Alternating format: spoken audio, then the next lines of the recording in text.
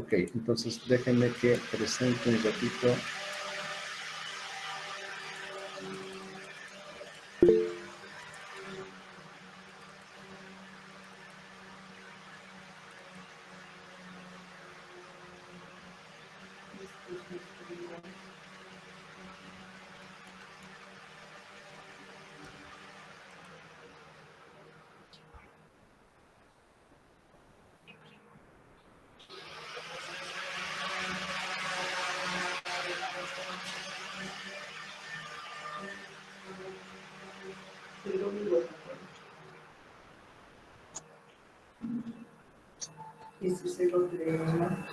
Es hoy que actualmente, sí.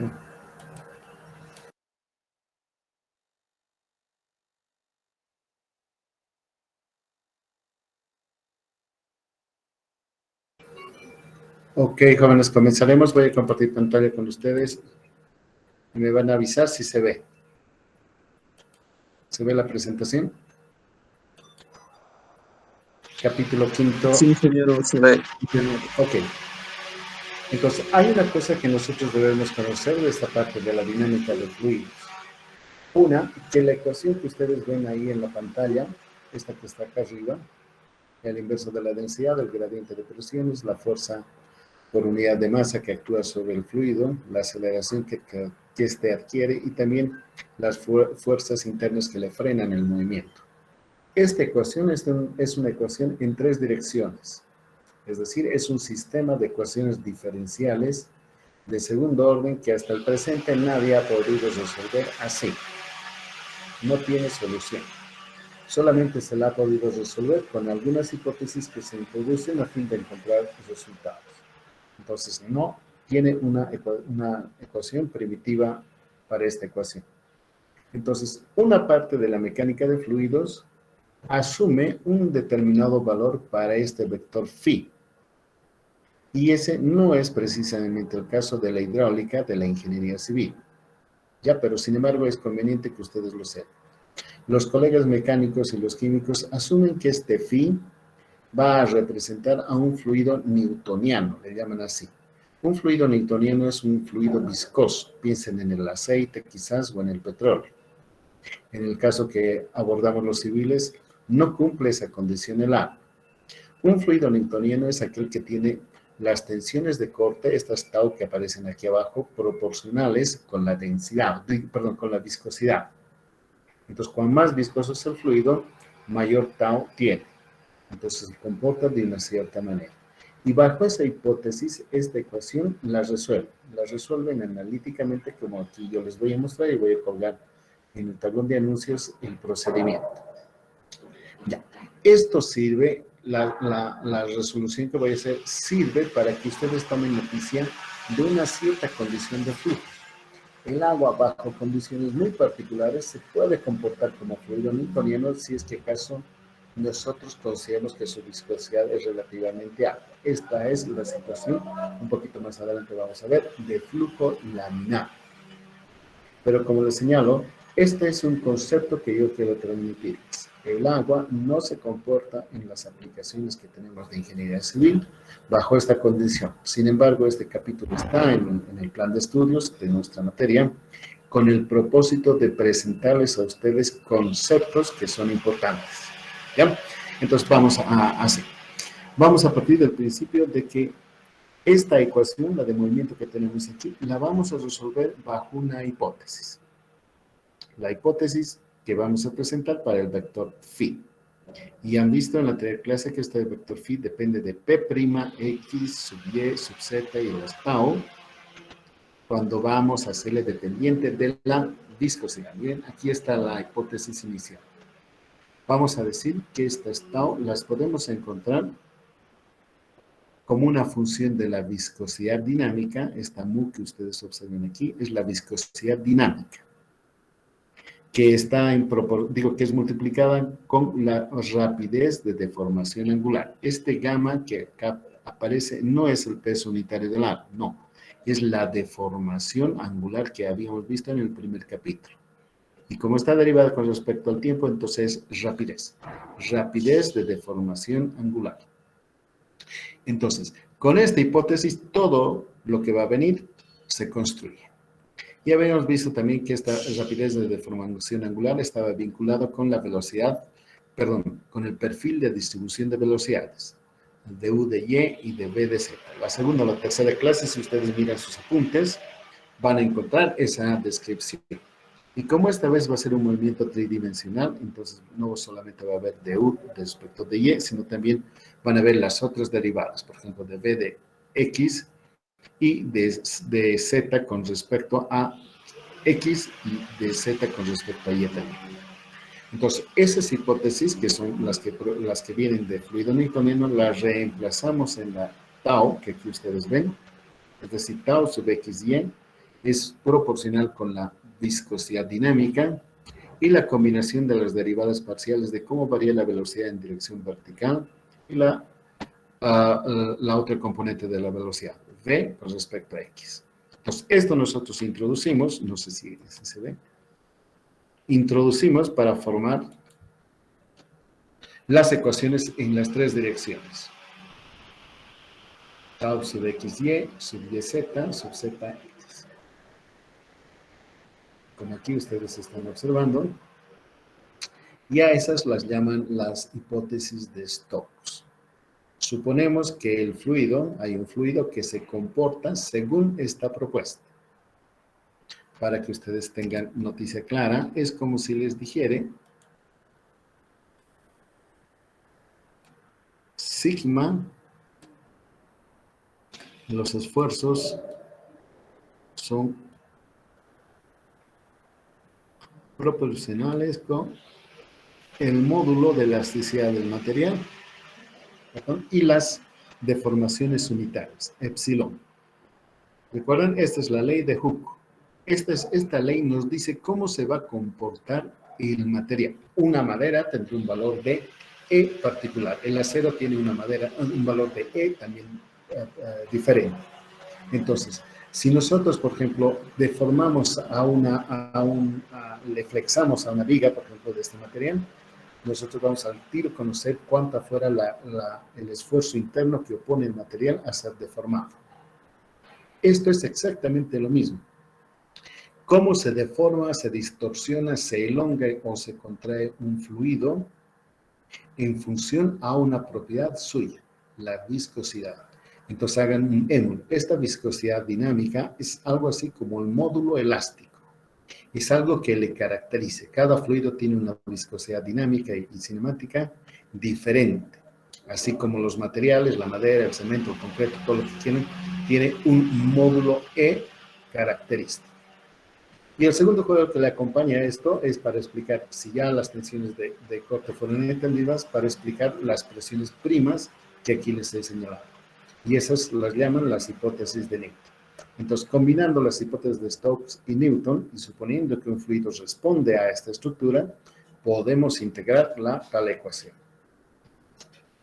Hacemos un poco de álgebra que ustedes van a ver. Vamos a reemplazar para el caso más genérico, y aquí están las leyes constitutivas, las que son las dos anteriores de Stokes y Newton, pero escritas en forma condensada. Son las leyes constitutivas de los líquidos, en este caso de un líquido newtoniano. Las leyes constitutivas ustedes las van a volver a ver, por ejemplo, cuando estén diseñando un edificio. Un edificio cuya estructura, su obra gruesa, por ejemplo, está constituida por columnas de concreto, sus losas, sus vigas y todo lo necesario. Entonces, conforme sean los esfuerzos exteriores, por ejemplo, el viento que sopla contra la estructura o un sismo que le hace mover a las fundaciones o las cargas que ha de recibir durante su vida útil, ese edificio, su estructura se va a deformar en sus elementos conforme el material con que haya sido construido. Lo mismo va a ocurrir para un suelo. Un suelo se va a deformar más o se va a deformar menos, se va a expandir o se va a aplastar, según sea su naturaleza, sea tal vez esté constituido por un material gravoso, tal vez es arenoso, tal vez es arcilloso o hay presencia y hay ausencia de agua. Dependiendo de esas condiciones, un suelo se va a deformar de forma diferente. ¿Y quién lo va a decir? En ese caso van a ustedes ver que va a ser otra vez las tensiones de corte y la cohesión. A esas les van a llamar también las leyes constitutivas de un suelo, las leyes que nos describen cómo se comporta algo. En el caso particular que estamos viendo son las leyes constitutivas que nos avisen cómo se va a deformar un fluido cuando se está moviendo. Entonces, en base a ello, hacemos un poco de álgebra. Ustedes le van a seguir, no es difícil. Está todo en las diapositivas. Hay una condensación. Reemplazamos en lugar de phi esta propuesta. Aquí está P' sub X, aquí está tau sub XY, y está el otro tau, esta es tau sub YZ y este es tau sub ZY, los cruzados. Hacemos un poquito de desarrollo, van a ver que no es difícil. Y al final vamos a llegar a esta ecuación. La voy a enmarcar.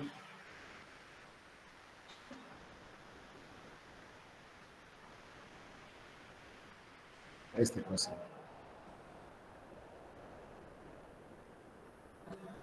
Miren, el vector phi está constituido por una suma de lo que vamos a ver a posteriori va a ser la resistencia que va a encontrarse por la viscosidad y unos términos rotacionales que lo vamos a ver enseguida. Permítanme que avance. Aquí está. Esta ecuación. Esta, comparando con la inicial, con la original que habíamos visto, tiene la misma estructura, solo que para este caso, phi vale la viscosidad cinemática multiplicado por el laplaciano del campo de velocidades que está actuando. Entonces, phi, lo que no era conocido, ahora sí ya tiene algo expresable analíticamente, algebraicamente. Phi es el laplaciano del campo de velocidades. Entonces, con este conocer ya se puede integrar esta ecuación. Lo que antes era desconocido, ¿sí? Ahora ya tenemos una propuesta, las hipótesis de Stokes y Newton, que nos llevan a calcular esa expresión. Y luego viene el resto que vamos a ver enseguida. Sin embargo, esta ecuación ya expresada de esta forma no nos es útil a los civiles.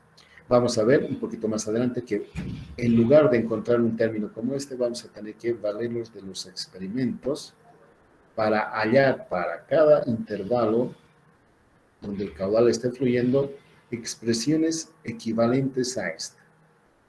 ¿Ya?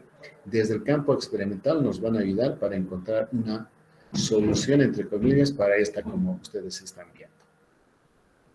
Ok, hasta aquí preguntas, jóvenes, por favor.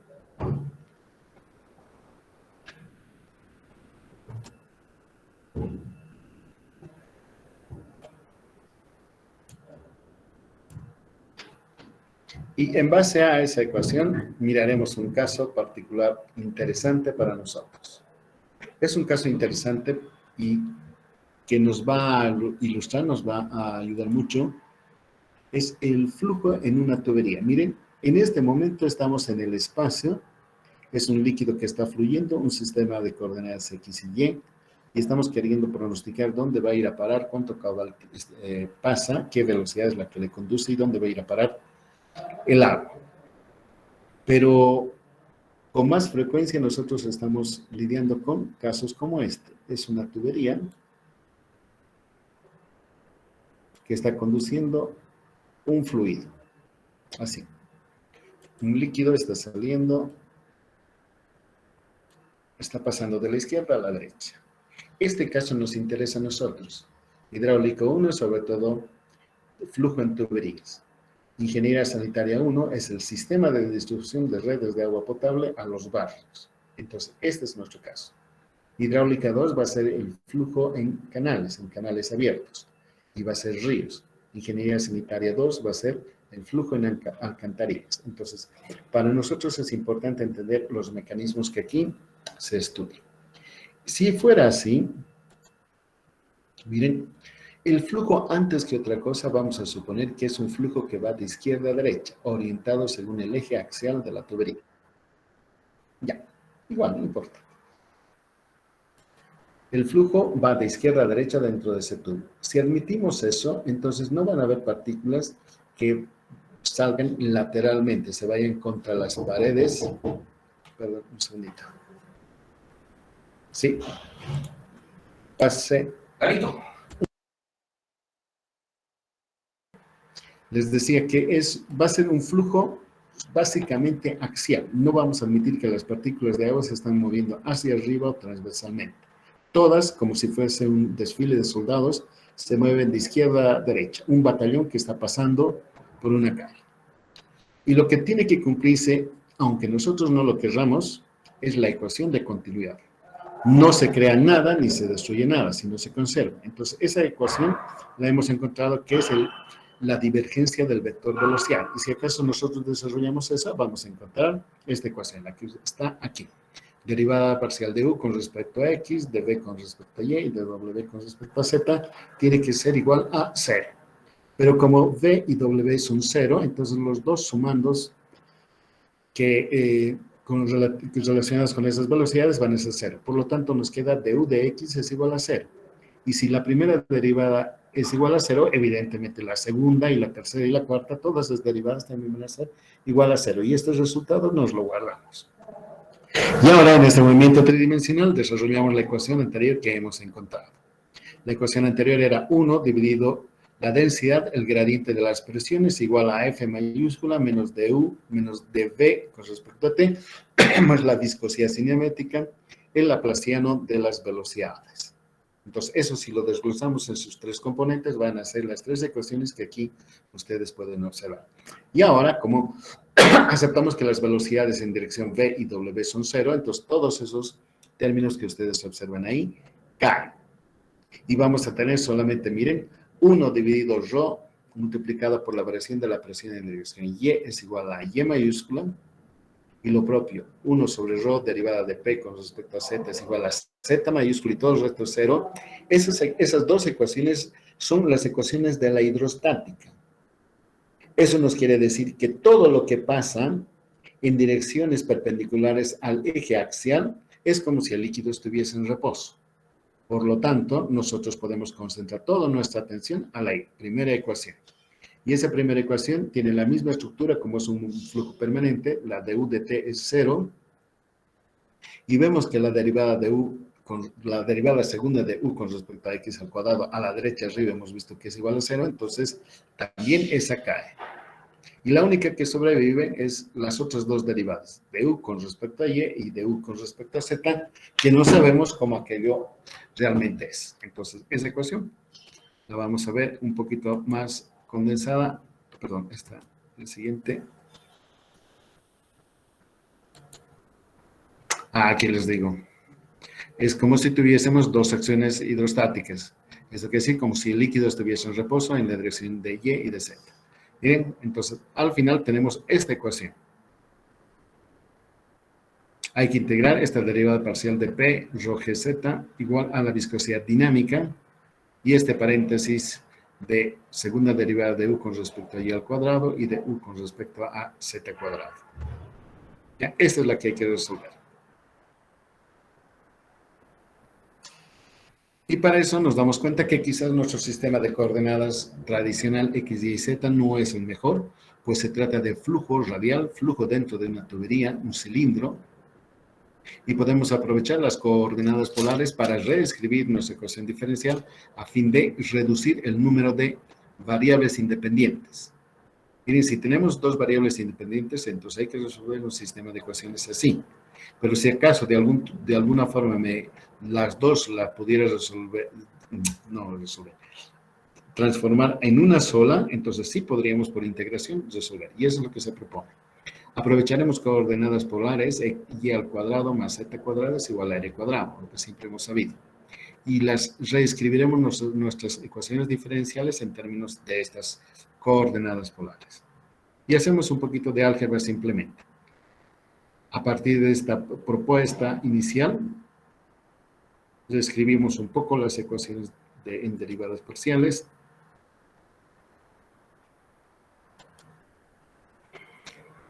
Hacemos un poco de álgebra, propiedades de las derivadas, no se van en nada a preocupar.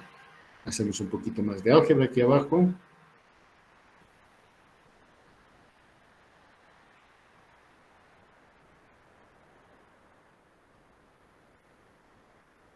y luego integramos una vez con respecto al radio.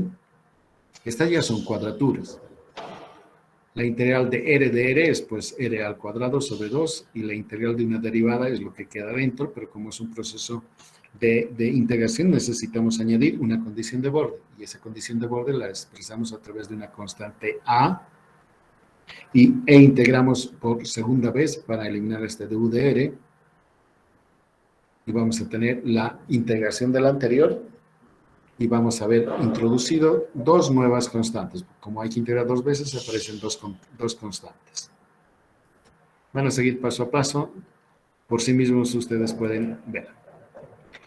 Y a esa le imponemos la condición de borde. La condición de borde en esa integración es que cuando el líquido esté en contacto, por ejemplo, con las paredes R minúscula sea igual a R mayúscula, es decir, desde el centro de la tubería hasta el perímetro de la tubería, vamos a suponer que la velocidad del fluido U es igual a 0. El líquido está en reposo. Las partículas de fluido que están sobre la tubería, sobre la pared interna de la tubería, están en reposo. Y la otra, que justo en el centro, en el eje de la tubería, cuando R sea igual a 0, estamos en nuestro sistema de referencia polar, va a existir un valor de la velocidad. Como aquí en el gráfico que ustedes observan ahí, es una tubería cortada. El perfil de distribución de velocidades lo estamos viendo. La máxima velocidad ocurre justo en el centro. Y después a cada costado va disminuyendo la velocidad hasta justo hacerse 0 cuando tocan las partículas de agua, bueno, de fluido, el perímetro de la pared interna. Entonces nos interesa saber cuánto es la velocidad en la parte central. Y de hecho vamos a ver cómo el logaritmo de R tendría que ser el logaritmo de R igual a 0. Logaritmo de 0 no existe, entonces la única posibilidad es que la constante que estamos introduciendo para la integración es que sea 0. Con esta y la segunda condición de borde, que aquí ustedes pueden observar, llevamos adelante la integración y encontramos esta expresión. Esta que está en recuadro en rojo nos muestra cómo varía la velocidad conforme el radio R minúscula. R mayúscula es el radio externo. R minúscula es la variable. Entonces, si R minúscula es igual a 0, entonces tenemos la velocidad máxima. Cuando R minúscula vale justo R mayúscula, es decir, el contacto con la pared, estas dos R's mayúsculas se van a anular y la velocidad va a ser 0. Tal como aquí nos muestra el perfil. Y además observamos que como la variable independiente R minúscula está elevada al cuadrado, entonces quiere decir que tiene una variación parabólica. La distribución de velocidades al interior de una tubería responde a una forma parabólica. Es un paraboloide de revolución.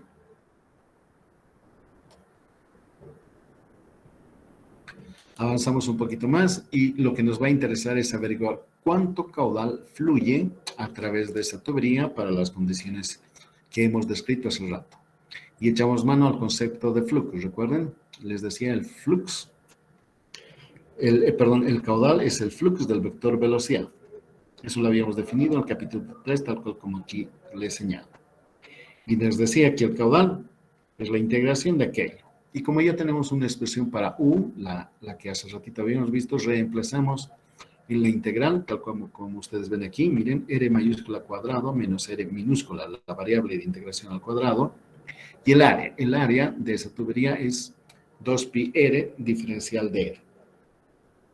Integramos una vez y nos va a dar el caudal. Miren, aquí el caudal es pi dividido 8 veces la viscosidad dinámica, un factor que está ahí flotando todavía, y yo les voy a explicar qué es, el R a la cuarta.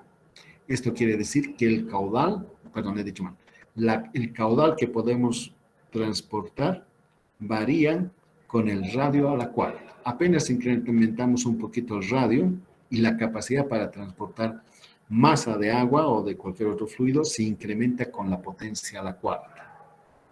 Este es un resultado importante, jóvenes. No varía linealmente, no, sino varía con la cuarta potencia. Entonces, tener una tubería de un buen diámetro frente a otra un poquito más grande, el caudal se va a incrementar con la cuarta potencia. Eso hay que tomar en cuenta. Ok, les diré que es esa expresión que está entre corchetes. Esta expresión entre corchetes es la pérdida de energía. ¿Cuánta pérdida de energía sufre el fluido newtoniano cuando se mueve de un punto a la izquierda hacia la salida de la tubería a la derecha?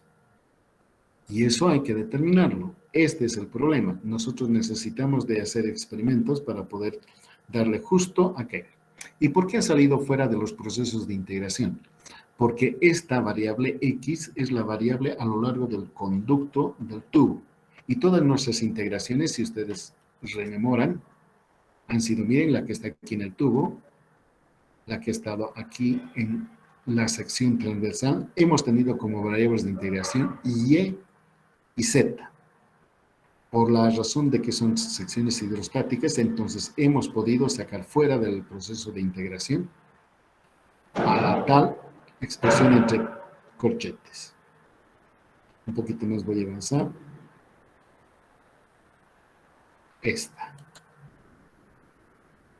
Aquí estamos obteniendo cuán grande es la variación de la velocidad conforme a la velocidad promedio U. La velocidad promedio U mayúscula es el cociente entre el caudal y el área. Y van a encontrar esa ecuación. Pero lo que quiero demostrarles es esto. La velocidad instantánea en cualquier punto dentro de la tubería frente a la velocidad promedio está dada por esta relación que ustedes observan ahí. Cuando R minúscula es 0, miren, cuando R minúscula al cuadrado sobre R mayúscula al cuadrado llega hasta el 0 R minúscula, entonces U es 2 veces U mayúscula. Esto quiere decir, en el centro del tubo, la máxima velocidad es 2 veces la velocidad promedio. Este es un resultado que también lo tenemos que tomar en cuenta allá. Ok. Si acaso nosotros podemos darle un significado adelantado, porque esto lo vamos a ver con mucho más detenimiento después, a esa pérdida de carga que les decía, encontramos esta ecuación, la que está aquí abajo en el fondo. El caudal es igual a pi dividido 8, la viscosidad dinámica, el radio de la cuarta, el peso unitario del fluido y J. J es la pérdida de carga por unidad de longitud, es la pérdida de energía que sufre el líquido cuando se mueve de un punto a otro. Y aquí está expresado de mejor manera. En lugar del radio le ponemos en términos del diámetro y aparece 628 ahí, ustedes lo van a comprobar. Ese delta H, ahora sí, en forma explícita quiere expresar eso. ¿Cuánta energía delta H perdemos por unidad de longitud? L es la longitud de la tubería. Y esta ecuación fue deducida por vez primera por estos investigadores, Hagen y Poiseuille. Un alemán parece y el otro es francés. Y este Poiseuille le van a ver en otras situaciones. Hay unidades para medir la viscosidad, hay un experimento de Poiseuille. Poises, ¿recuerdan? A veces la viscosidad dinámica tiene unidades de Poises y es precisamente en atención de que este señor ha sido uno de los primeros en proponer relaciones como esta. Poiseuille. Allá.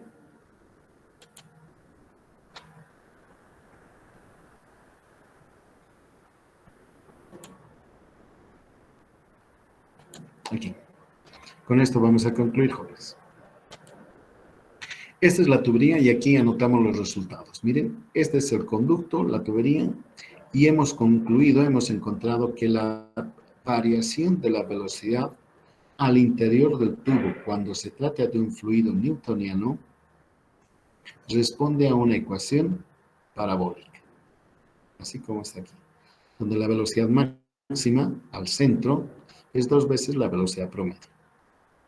Pero como la velocidad está relacionada con las tensiones de corte, y donde recordarán tau es igual a la derivada de u con respecto a y, donde hay una derivada igual a 0, ¿es un máximo o es un mínimo?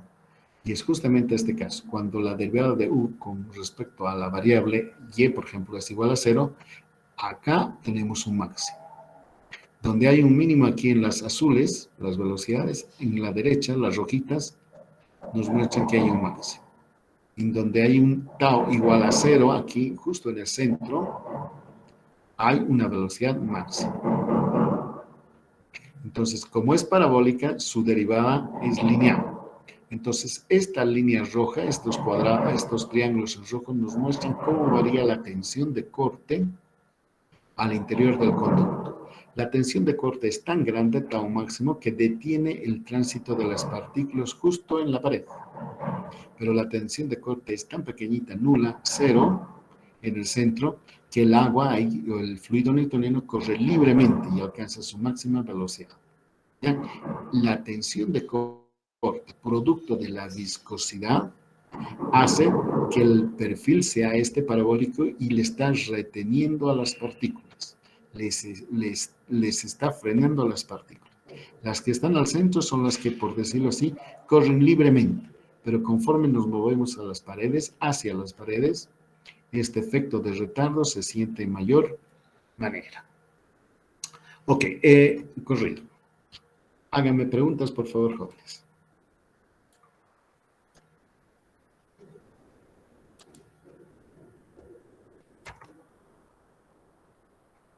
Lo otro que es súper importante, esto lo voy a subir al Classroom, lo otro que es súper importante es que necesito ya que me envíen su trabajo.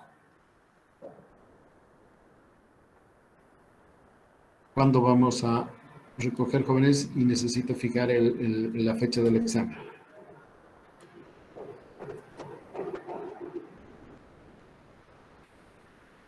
Avísenme, por favor. Tenían que ponerse de acuerdo. Sí, el próximo. ¿Han acordado alguna fecha? Como el lunes no hay clases, el próximo jueves puede ser, Inge. Por mí está súper bien. ¿Qué dicen, jóvenes? El examen, ya, miren, el trabajo que ustedes han desarrollado tiene un puntaje positivo para el primer parcial. En el segundo parcial no van a tener ese chance, desafortunadamente, a menos que ocurra algo particular, que me digan que quieren desarrollar otro experimento. Pero en el primer parcial sí tiene su puntaje y es un buen puntaje. Pero no se confíen. El examen es del capítulo 1, del capítulo 2 y del capítulo 3.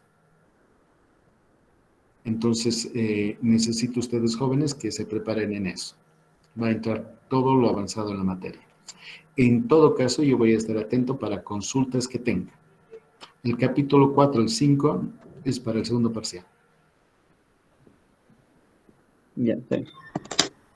Ya, Una preguntita, Inge. Sí, por favor, adelante, señorita.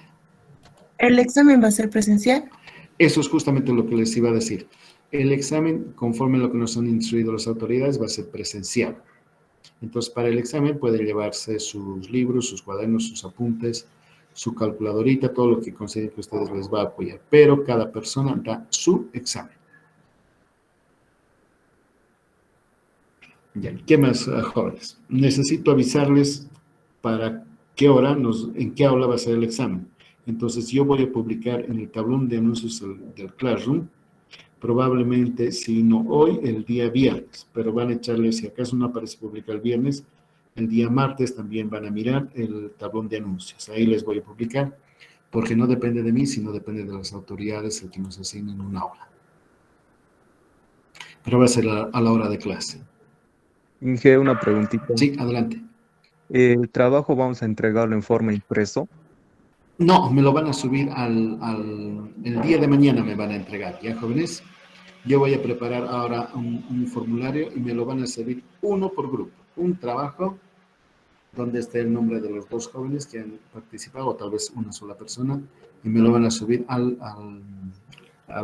¿cómo se llama? Al formulario que yo les envíe. El formulario va a estar abierto, supongo, desde hoy hasta el día de mañana, al final de la clase. Ingeniero, un favorcito, ¿será que podemos presentar hasta el lunes, por favor? Sí. El trabajo, por favor, hasta el lunes no podría ser. Por favor, Ya, hasta el bueno, lunes. ya, ok. Entonces, el lunes en la mañana habilito el formulario y lo voy a cerrar después de la hora de clase, al final de la tarde, ¿ya? ¿Está bien? ¿Están todos de acuerdo, jóvenes? Avísenme para que cambiemos si no. Sí, está bien. Ya. Entonces, el lunes habilito el formulario para que suben y el día jueves el examen. Ok, jóvenes, gracias por su tolerancia y hemos acabado un capítulo más. El capítulo 7, el 6 y el 7 sí tienen que estar ustedes y yo me voy a esforzar porque son la clave del éxito para los civiles, ¿no? Pásenla bien, hasta luego, me despido. Igualmente, Inge, gracias. Hasta luego.